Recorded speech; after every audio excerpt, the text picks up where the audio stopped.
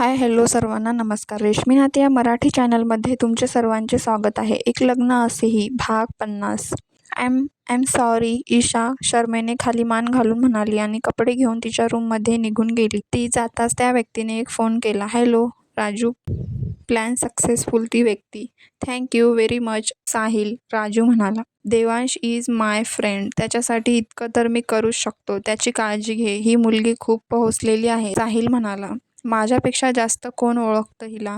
एक नंबरची ड्रामेबाज आहे. हे सगळं करून तिला देवांश आणि सईला वेगळं करायचं होतं. Selfish girl. पण देवांश असा सहजासहजी फसणार नाही. तिच्यापेक्षा कितीतरी वरचा विचार करतो तो. जिथे तिची बुद्धी संपते तिथे त्याची सुरुवात होते. राजू हसत म्हणाला, राईट बोललास. चल बाय, माझ्या फ्लाईटचा टाईम होतोय. देवांशला भेटायला पुन्हा येईल.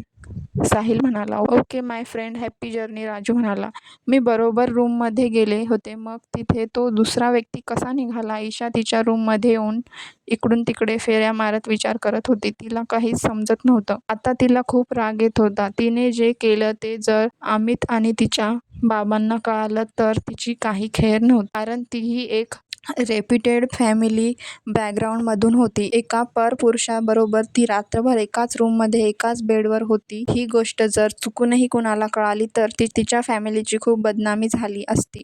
तिने चेन्नईमधून जाण्याचा निर्णय घेतला आणि लगेच तिकीट बुक केलं. सगळं सामान घेऊन तिने घाईघाईने हॉटेल सोडलं आणि टॅक्सी करून एअरपोर्टला निघून गेली. राजू तिच्यावर लक्ष ठेवून होता. ती जाताच तो खुन्नशी हसला. मिस ईशा, तुझ्या डोक्यात काय विचार येऊ शकतात हे देवांश चांगलाच जाणून आहे. राजू मनात म्हणाला. त्याने ईशा देवांशच्या रूममध्ये गेली ते फुटेज आणि रूममध्ये एक कॅमेरा सेट केला होता. त्यात ईशाचा सगळा मूर्खपणा रेकॉर्ड झाला होता. राजूने मुद्दाम केलं, कारण ईशासारखी लोक पुढेही यावरून काही कांड करू शकतात. त्यासाठी प्रूफ हवं म्हणून राजूने त्याचं डोकं लावलं होतं. झालं असं होतं की वेटर त्यांच्यावर नजर ठेवून आहे हे देवांशच्या केव्हाच लक्षात आलं होतं. पण तो शांत होता. त्याला ईशाच्या मनात नेमकं काय सुरू आहे हे जाणून घ्यायचं होतं. त्यामुळे त्याने त्या वेटरला डबल पैसे देऊन आपल्या साईडने करून घेतलं. वेटरने देवांशला ईशाचा प्लॅन सांगितला आणि देवांशने ऐनवेळी राजूला काहीतरी कारण सांगून त्याच्या रूममध्ये शिफ्ट झाल्या.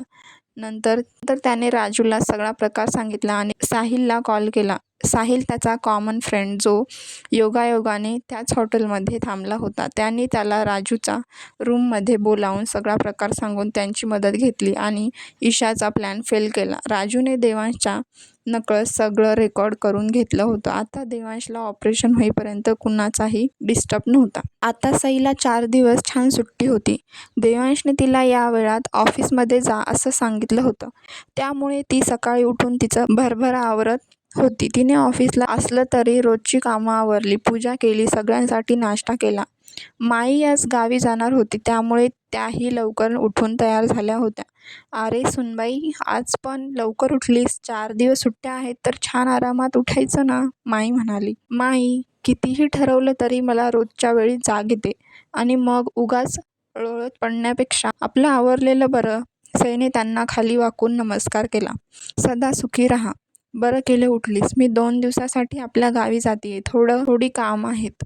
शिवाय देवांश नाही, त्यामुळे एक चक्कर मारावी म्हणालो. तिथे कामगारांना काही हवं नको विचारावं लागेल. आपल्या आश्रयाला काम करतात, त्यांच्याकडेही बघायला हवं, माई म्हणाली. हो माई, मी. सई बोलताना हडखळली. बोल ना, काही हवं आहे का? माई म्हणाली. नाही, ते आजपासून मी ऑफिसमध्ये जातीये. सई भीतभीतच म्हणाली. ते कशाला? तारा पायऱ्या उतरून त्यांच्याजवळ आली. सईने त्यांच्याकडे बघितले.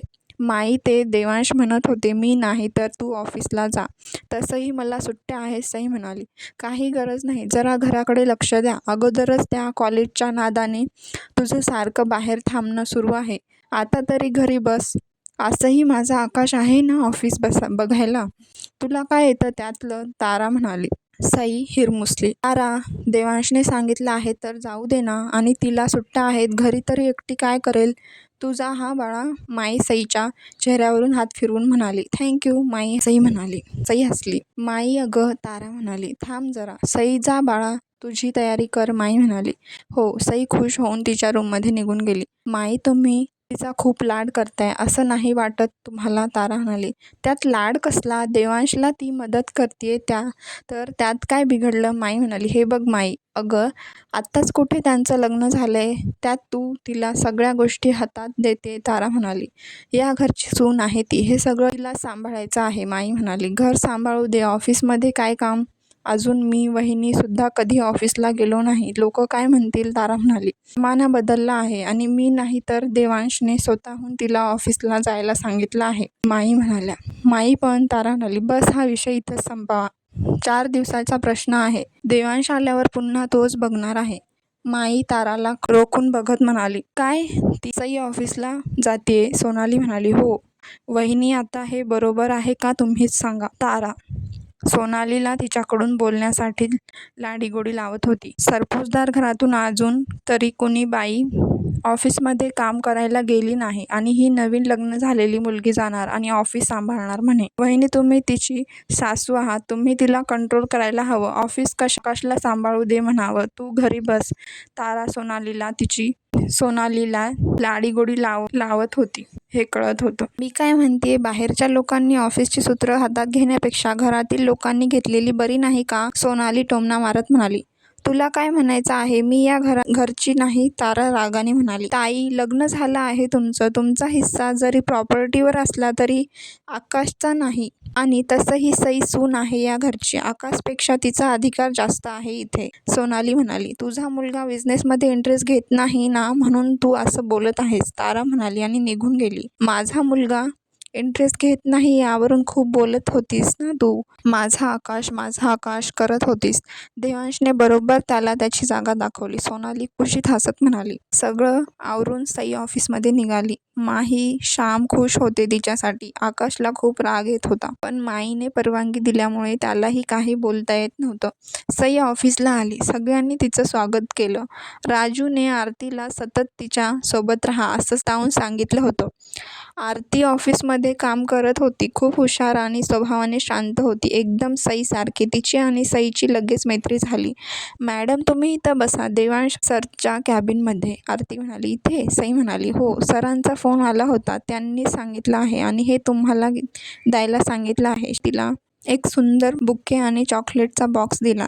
तितक्या तिचा मोबाईल रिंग झाला. फोन बघून सई हसली. सरांचा आहे का, आरती म्हणाली. हो, सई म्हणाली. तुम्ही बोला, मी बाहेर आहे. आरती कॅबिन बाहेर निघून गेली. हॅलो, सई हळूच म्हणाली आणि त्याच्या चेअरवर बसली. मिसेस देवांश सरपोतदार, कसं वाटतंय आमच्या चेअरवर बसून, देवांश लाडात म्हणाला. सई गोंधळून इकडे तिकडे बघत होती. मिसेस देवांश, इकडे तिकडे काय बघताय, देवांश पुन्हा म्हणाला. देवांश, तुम्ही कुठे आहात, सई रूमवर नजर फिरवत म्हणाली.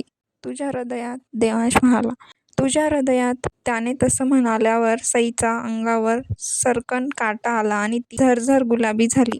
बाय द वे, तुझ्यावर हा येल्लो रंग खूप सुंदर दिसतोय आणि त्यावर तुझे हे गुलाबी झालेले गाल.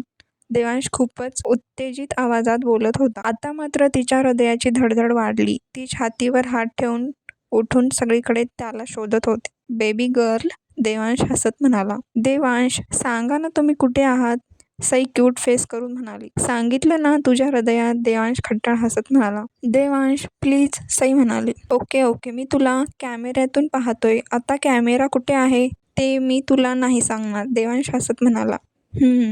कधी येताय, सई पुन्हा त्याच्या चेअरवर बसली. अजून काम झालं नाही, तरी 15-1 दिवस लागतील, लवकर या ना, सई म्हणाली. मन तर करतंय की आत्ताच येऊ, पण नाही जमणार, तुझ्यासाठी एक सरप्राईज आहे, देवांश म्हणाला. कुठे आहे, सई म्हणाली. तोपर्यंत मिस मी, देवांश म्हणाला. काळजी घ्या, सई म्हणाली. तू पण काळजी घे आणि काही जरी वाटलं तर लगेच फोन कर, ओके, आता ठेवतो, रात्री बोलू, देवांश म्हणाला. बाय, सई म्हणाली. बाय, देवांश म्हणाला.